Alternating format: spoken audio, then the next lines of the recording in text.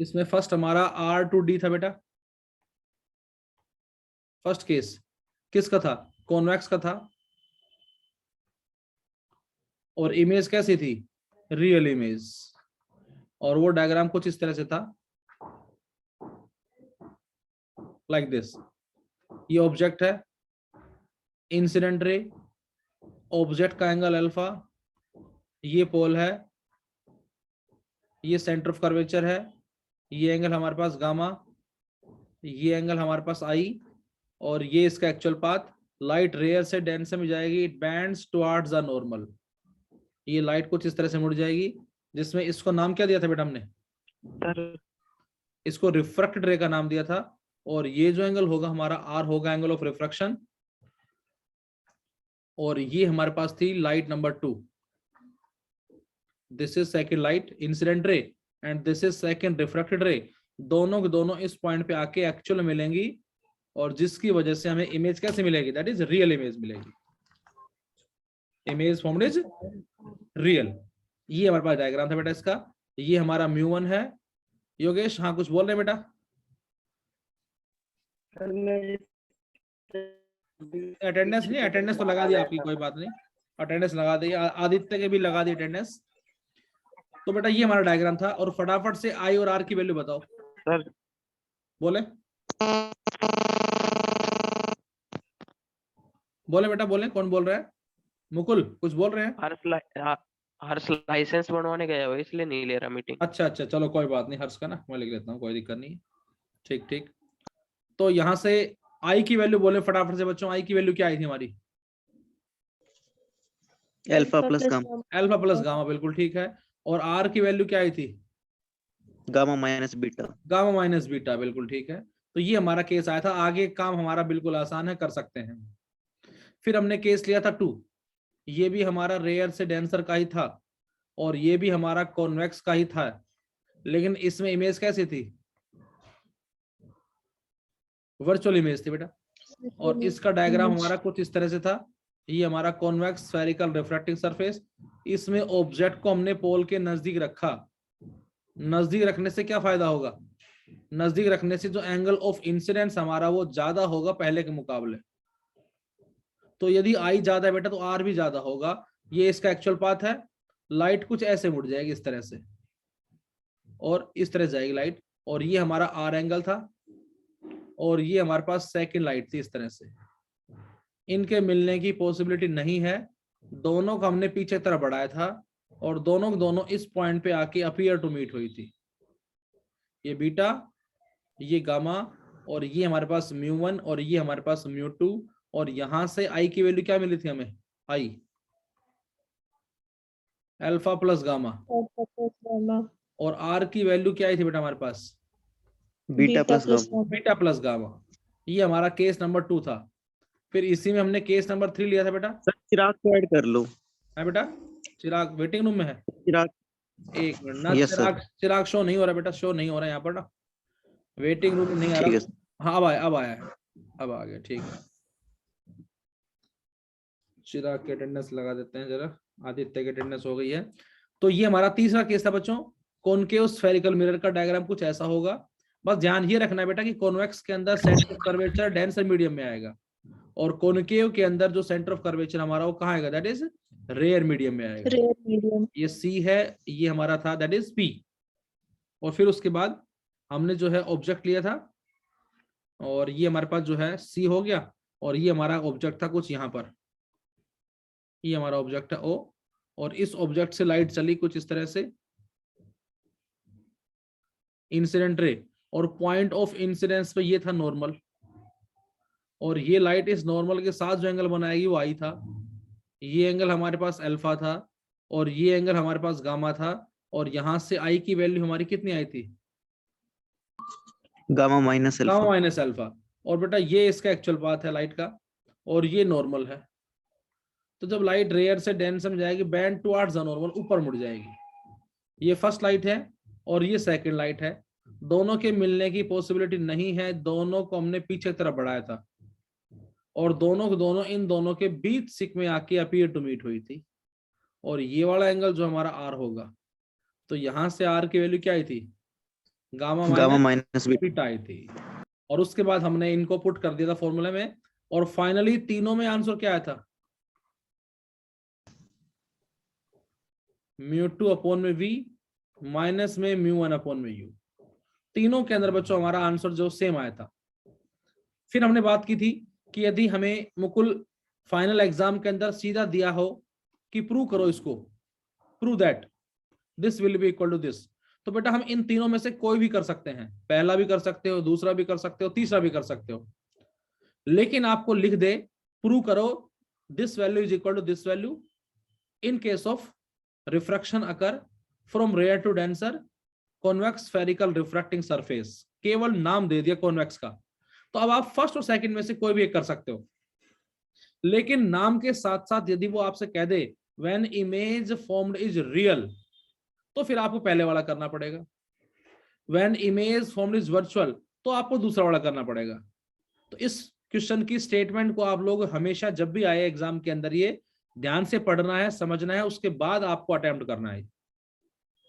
फिर बात थी हमारी न्यूमेरिकल्स की, कि न्यूमेरिकल्स के अंदर हमें कैसे पता लगेगा कि बेटा रियल इमेज जो कब बनेगी और वर्चुअल इमेज कब बनेगी, बताओ। कॉन्वेक्स जो है हमारा, इसमें हमें कैसे पता लगेगा, यहां तो हमने बता दिया कि जब भी कभी ऑब्जेक्ट पोल से दूर होगा तब तो रियल इमेज, और जब ऑब्जेक्ट पोल के पास होगा तो वर्चुअल इमेज। लेकिन कितना दूर और कितना पास, इसके लिए मैंने क्या बताया था आपको, बोलो। इसके लिए मैंने बताया था बेटा आपको कि हम इस वैल्यू को u की वैल्यू, r की वैल्यू, μ1 की वैल्यू, μ2 की वैल्यू, इन सभी वैल्यू को फॉर्मूले में रख के v निकालेंगे। यदि v की वैल्यू सोल्व करने के बाद क्या आती बेटा, पॉजिटिव, तो वो डिनोट करेगा रियल इमेज को, और यदि v की वैल्यू सोल्व करने के बाद आती है नेगेटिव, तो वो डिनोट करेगा वर्चुअल इमेज को। तो इन बातों का हमें विशेष रूप से जो है वो ध्यान रखना है। अब जरा चलते हैं हम केस फोर्थ। अब हमारा केस फोर्थ कौन सा है बताओ, बोले। केस फोर्थ हमारा कौन सा होगा, refraction from denser to rare. बिल्कुल। अब हमारा केस जो फोर्थ है वो हमारा डेंसर टू रेयर का केस होगा। देखें जरा,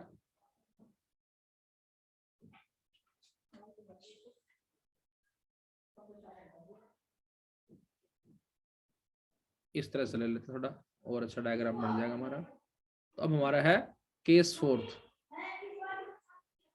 केस फोर्थ हमारे पास है refraction occur, refraction occur from denser to rare, from denser to rare in case of convex. पहले कॉन्वेक्स ले लेते हैं। In case of convex spherical refracting surface, convex spherical refracting surface and image formed is real, Mukul, and image formed is real। तो बेटा ये हमारा case number 4 जो है कॉन्वेक्स का है बेटा, और इस बार ऑब्जेक्ट जो है वो डेंसर मीडियम में है। पहले केस में रेयर में था, इस बार ऑब्जेक्ट हमारा डेंसर मीडियम में, कुछ इस तरह से। तो ये हमारे पास हो गया डायग्राम इसका लाइक दिस,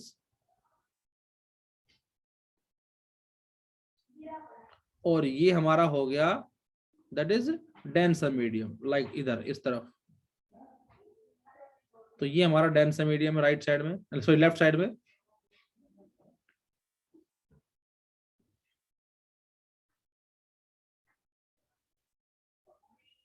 तो उसी तरह से ये हमारा हो गया डेंसर मीडियम, और लेफ्ट साइड में हमारा ऑब्जेक्ट होगा जो कि डेंसर में होगा।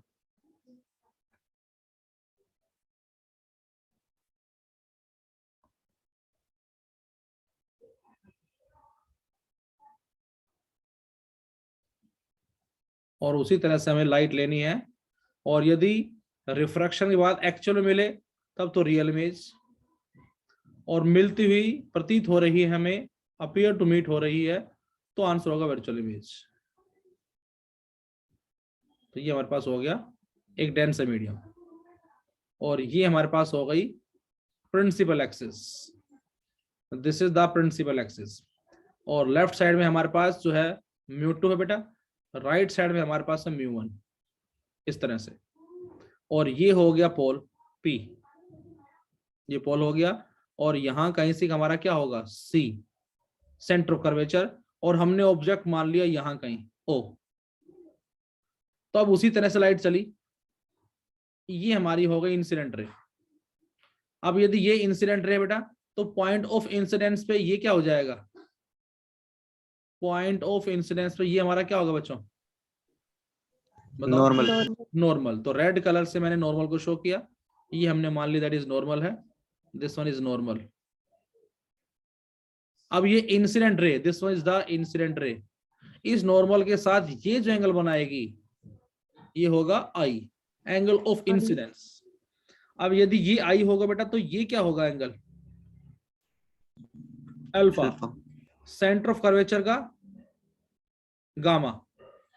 अब आप बताएं, जब लाइट डेंसर से रेयर में जाएगी, लेफ्ट में डेंसर है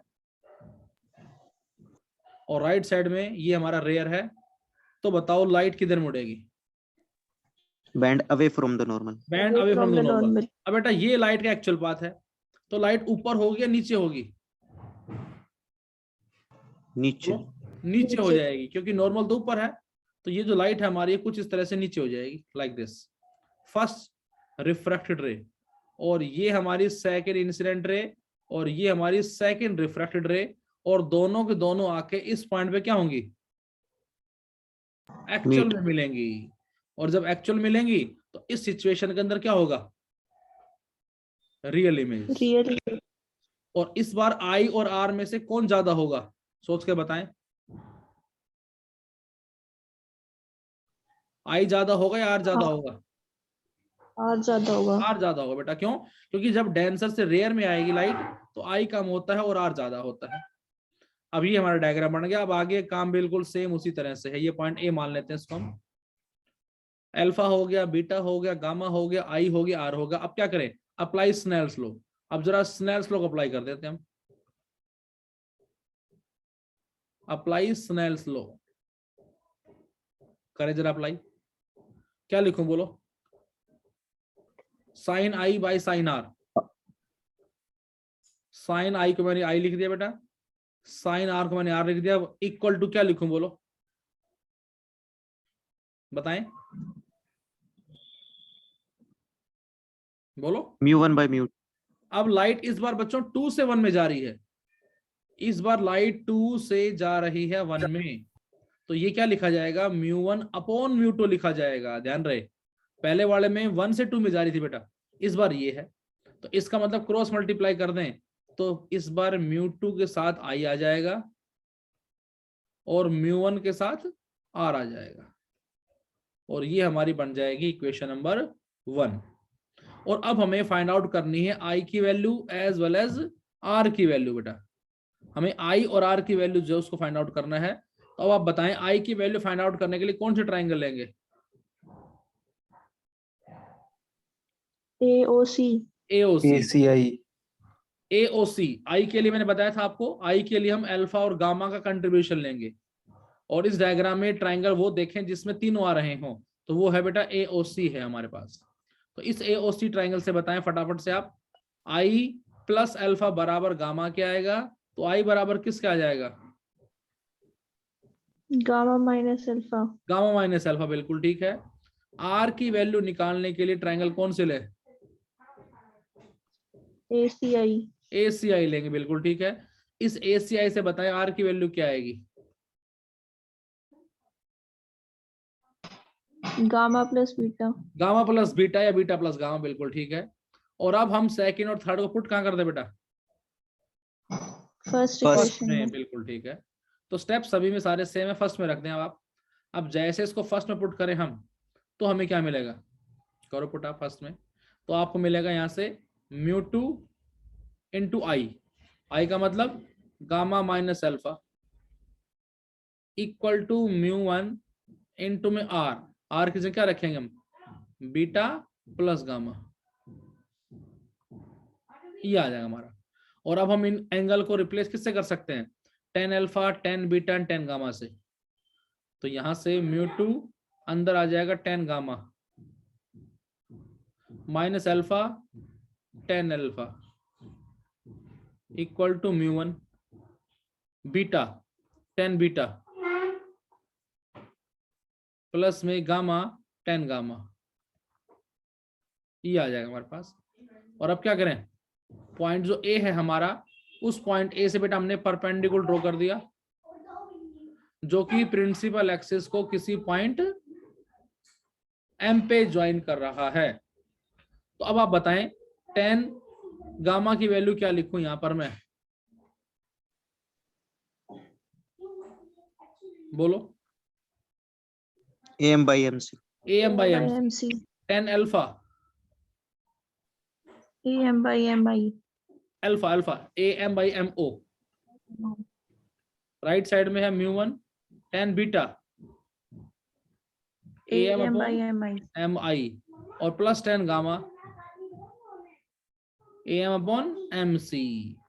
और दोनों तरफ से क्या करें, AM कॉमन लेके बेटा कैंसिल आउट कर दें और MC को PC, MO को PO, MI को PI से हम पुट कर देते हैं, रिप्लेस कर देते हैं। तो हमें मिलता है यहां से μ2 और इसके अंदर 1 बाय PC माइनस में 1 बाय PO, राइट साइड में μ1 अंदर 1 बाय MI PI और प्लस में 1 बाय MC PC। अब इनकी वैल्यूज पुट करनी है बेटा में।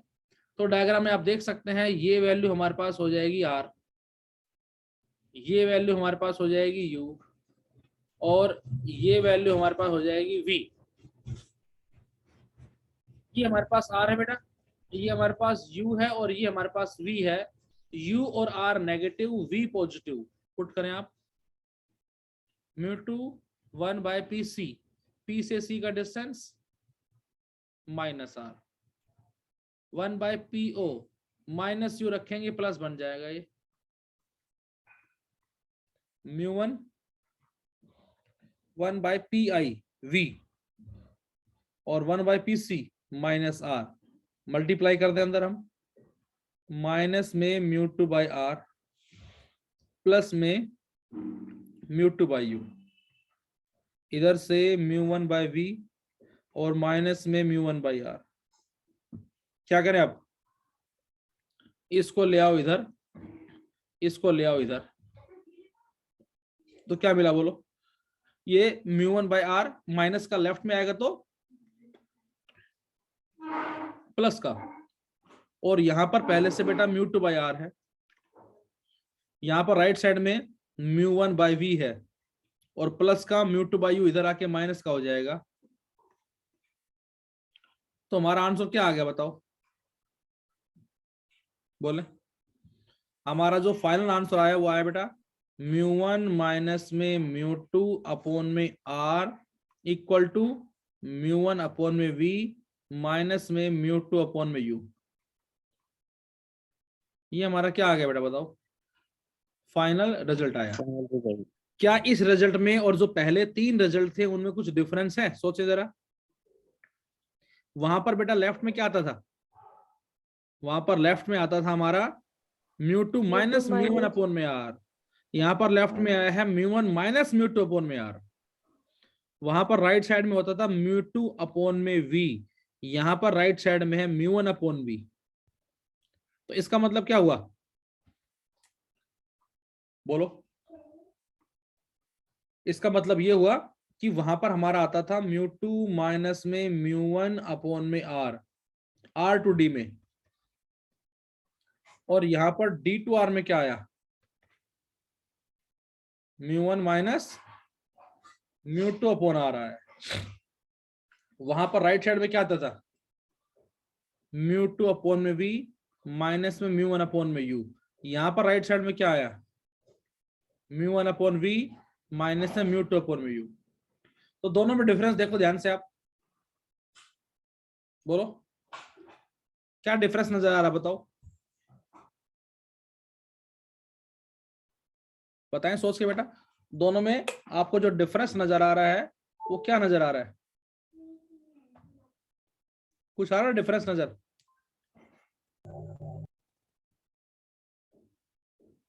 बोलो सर μ1 की जगह μ2 है। बस। हाँ, ये डिफरेंस है। इसका मतलब यदि हम रियल से डेंसर वाले में μ1 μ2 को रिप्लेस कर दें, μ1 को रिप्लेस कर देते हैं हम किससे? μ2 से, और μ2 को रिप्लेस किससे कर दें? μ1 से, तो हम लोग इन दोनों को इंटरचेंज कर देंगे बेटा, तो हमारा केस बन जाएगा डेंसर टू रेयर का। बस ये डिफरेंस है दोनों के अंदर ना। तो ये हमारा केस 4 था, किसका? कॉन्वेक्स का केस था, डेंसर टू रेयर का केस था, रियल इमेज का केस था। अब हम ले रहे हैं केस 5। केस 5, तो केस 5 जो है हमारा वो अगेन कॉन्वेक्स का ही बेटा। कहां से कहां का है? Denser to rare Rare. का है। और कैसी image? Virtual. Virtual. Virtual image. तो इस बार हमारा अगेन डेंसर टू रेयर का ही केस है। तो ये हमारे पास हो गया कुछ इस तरह से।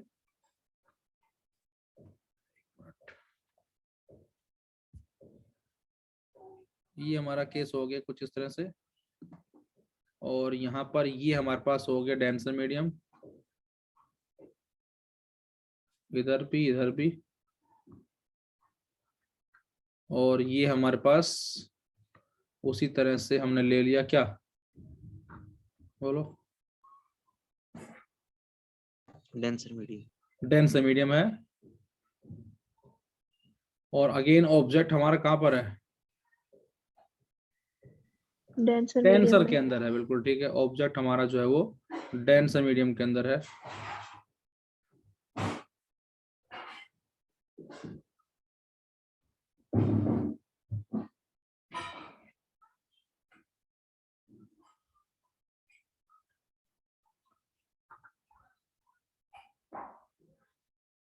ये हमारा डेंसर मीडियम है। और इस बार हमारे पास जो इमेज है वो कैसी है? दैट इज वर्चुअल इमेज है।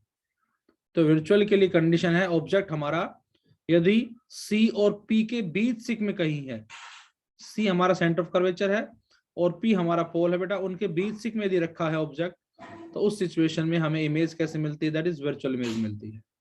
कैसे मिलती है जरा देखिए हम। बस मेन डायग्राम है, I और R की वैल्यू है, आगे काम सभी के अंदर बिल्कुल सेम है। तो ये हमारा डायग्राम हो गया। और अब इसमें हम दिखाते हैं प्रिंसिपल एक्सिस। तो बेटा ये हमारे पास हो गई सपोज प्रिंसिपल एक्सिस कुछ इस तरह से, और ये पॉइंट हमने मान लिया P है पोल, और यहां कहीं से हमारे पास क्या है? C सेंटर ऑफ कर्वेचर है। और ऑब्जेक्ट हमने कहा माना? बोलो। ऑब्जेक्ट हमने पोल C और P के बीच सिक में मान लिया कहीं, ये हमारा ऑब्जेक्ट हो गया। अब यदि ये ऑब्जेक्ट है तो ये क्या होगी? Incident ray. इंसिडेंट रे, बिल्कुल ठीक है, ये हमारी कहलाएगी दैट इज इंसिडेंट रे। अब यदि ये इंसिडेंट रे है तो ये क्या हो जाएगा? नॉर्मल। ये नॉर्मल हो जाएगा, बिल्कुल ठीक है। तो बेटा ये नॉर्मल है और ये हमारे पास इंसिडेंट रे है। This is the incident ray. तो ये एंगल क्या होगा? दिस वन आई। आई, ये आई हो जाएगा। ये एंगल अल्फा। अल्फा, ये एंगल गामा। गामा। तो आई प्लस गामा बराबर अल्फा। तो आई बराबर किसके आएगा? Alpha minus gamma. आई बराबर आ जाएगा अल्फा माइनस गामा। अब आप सोचें लाइट जा रही बेटा डेंसर टू रेयर, ये हमारा डेंसर मीडियम है जिसका रिफ्रैक्टिव इंडेक्स μ2 है। ये हमारा रेयर मीडियम है जिसका रिफ्रैक्टिव इंडेक्स μ1 है। अब आप सोचें कि जब लाइट हमारी जाएगी डेंसर टू रेयर में, तो बेटा ये तो इसका हो गया एक्चुअल पाथ लाइक दिस। अब बताओ किधर मुड़ेगी लाइट? डेंसर टू रेयर जा रही है, away sir away. Away from away का मतलब नीचे हो जाएगी या ऊपर हो जाएगी? और ऊपर हो जाएगी, मतलब ऊपर।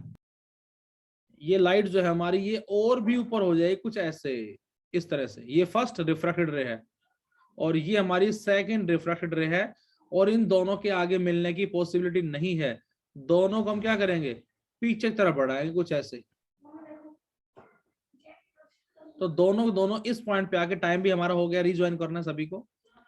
ये दोनों दोनों हमारे इस पॉइंट पे आके अपीयर टू मीट होंगी और इसीलिए हमें जो इमेज मिलेगी कैसे मिलेगी, ये वर्चुअल इमेज मिलेगी। और ये जो एंगल होगा सारा ये हमारा आर होगा, that is angle of refraction होगा। बताएं, ये हमारा आर होगा, that is angle of refraction हो जाएगा। यहां से समझ रहे इस बात को। अब उसके बाद हमें अप्लाई करना है स्नेल्स लॉ को। तो स्नेल्स लॉ क्या कहता है हमसे, sine I by sine R equal to